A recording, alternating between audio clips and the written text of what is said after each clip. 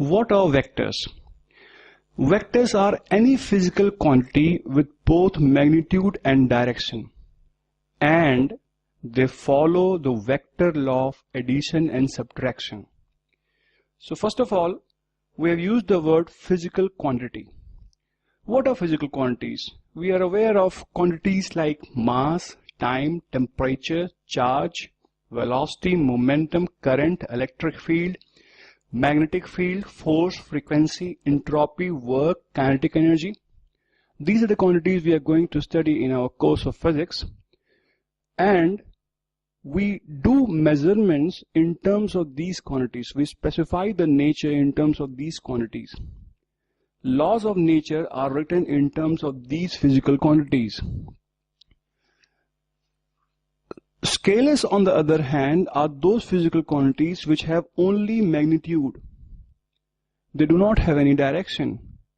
Examples could be mass, time, temperature, work, flux, frequency, charge, current, kinetic energy, etc. And how do we specify magnitude? It's easy for us. We have done it for our entire lives.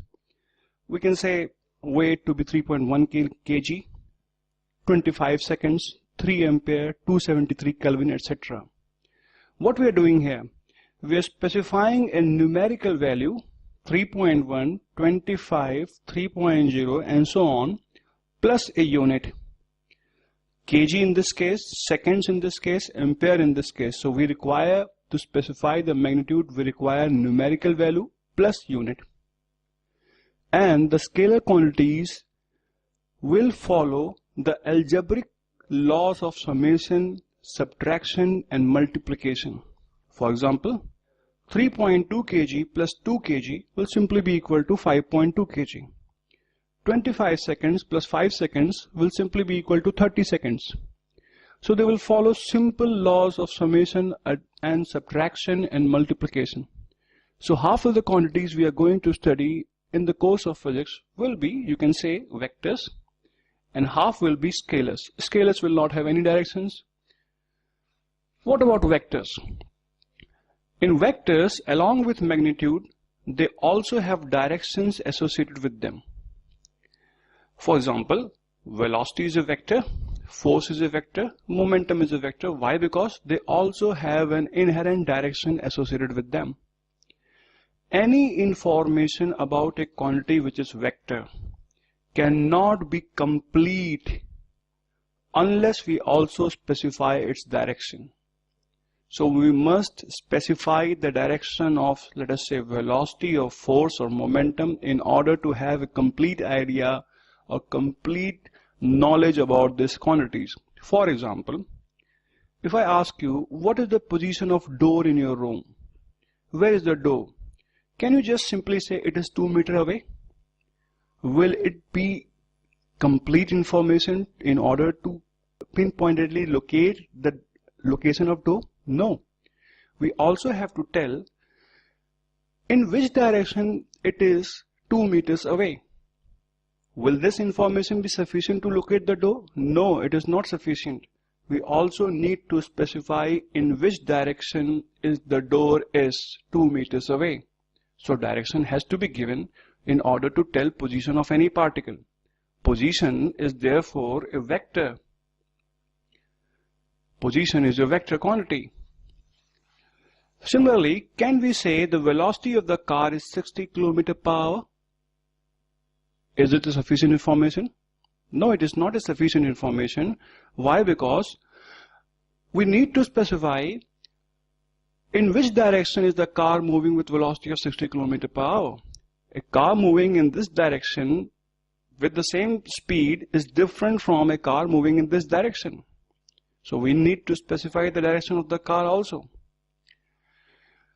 Can we say the force acting on a body is 20 Newton? Is this a sufficient information? No, it is not sufficient. A 20 Newton force can act in this direction and this will lead the block to move in this direction. A 20 Newton force can act in this direction and this will lead the block to move in this direction. Similarly, the force can act in this direction and the force can act in this direction also. All of them are different forces because they have different directions. So, we must specify directions to know about the vector quantity in completeness. Direction is inherent in the very nature of vector quantity. We do not associate a direction just for the sake of making a quantity vector. The very nature of that physical quantity has in it inherent direction, and we need to learn how to specify these directions. So, question is, how do we specify directions mathematically? When it comes to magnitude, we know how to specify magnitude. To specify magnitude, we need two things: the numerical value and the unit. Example, 31 kg, 4 hour, 273 Kelvin, etc. It is easy, and we have done it in our entire life. This is how we deal with magnitude, a numerical value and a unit. But specifying directions mathematically is a new thing we have to learn. There are many ways by which we can indicate directions. Some of them we already know of, and some we have to learn. Basically, there are three methods we have to learn as to specify directions. So, first of all, in our daily language, we do specify directions by arrows or by using certain words like left, right, up, down, north, south, east, west, northeast, northwest, southeast, southwest, straight, back, U-turn, forward, backward, vertical, horizontal. So these are the words we do use to specify a definite direction. Along with that, we can also specify direction by arrows. We can make an arrow, and each of the arrow will represent a different directions.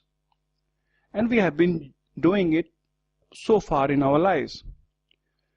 The second, more mathematical way will be by telling angle with a known direction. We can specify a direction. We can precisely specify a direction by the angle it makes with a known direction. For example, we can say 60 degrees from the x-axis.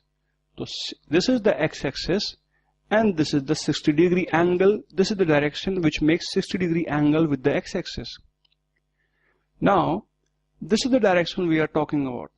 This is the known direction, and this direction makes an angle 60 degree with the known direction, and we know this direction. Similarly, we can say words like 30 degree from south towards west. We specify it 30 degrees southwest. We can say 40 degree, 45 degree from north towards east, or we simply say northeast. So we should at least know one direction for sure to be able to tell other directions. For example, if a man is trapped in desert or jungle, he must know one direction at least to find his way back. Normally people use North Pole Star or the rising sun to know the direction. For problems, we generally prefer the x-axis or the horizontal axis and specify other directions with respect to x-axis. For example, these are the few directions we want to specify. Direction 1, direction 2, direction 3. We can tell verbally that direction 1, D1, makes an angle theta 1 with the x-axis, and this is complete information.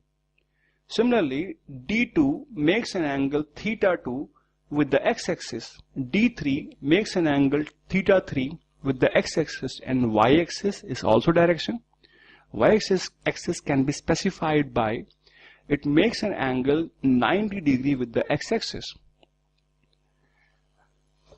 For example, let us say there is a block and there are three forces acting on it: 20 Newton, 30 Newton and 50 Newton. How is that we are going to specify each of the forces completely, including its direction? We will say 20 Newton force acts along the x-axis.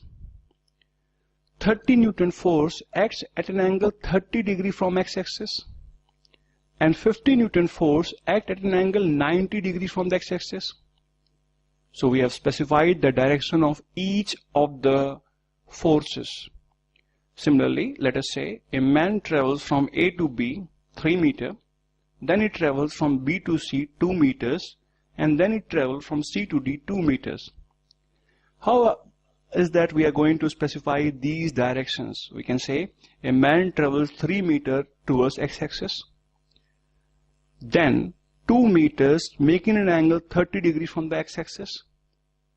This is the angle 30 degree, and 2 meters at an angle 90 degree from the x-axis. Then he travels 90 degree 2 meters along the perpendicular to x-axis. And finally, the third method, which is most mathematical and convenient, and of which we want to learn in detail, is by specifying the components of the vector along the x, y, z direction. I will call it as IJK method. This is the most mathematical and convenient method we are going to learn as the course will progress.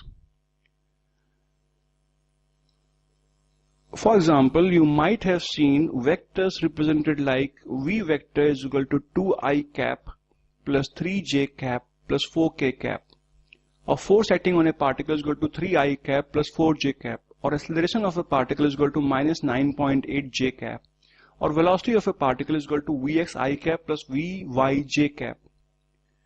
It is very easy to add, subtract, or multiply two vectors if we use the IJK method, or the components of the vector along the x, y, z. And it is very easy to find the direction of vector makes with the x, y, and z axis by this method. What is the angle this makes with, say, x axis or y axis or z axis? And this method can be used to specify both the magnitude as well as direction.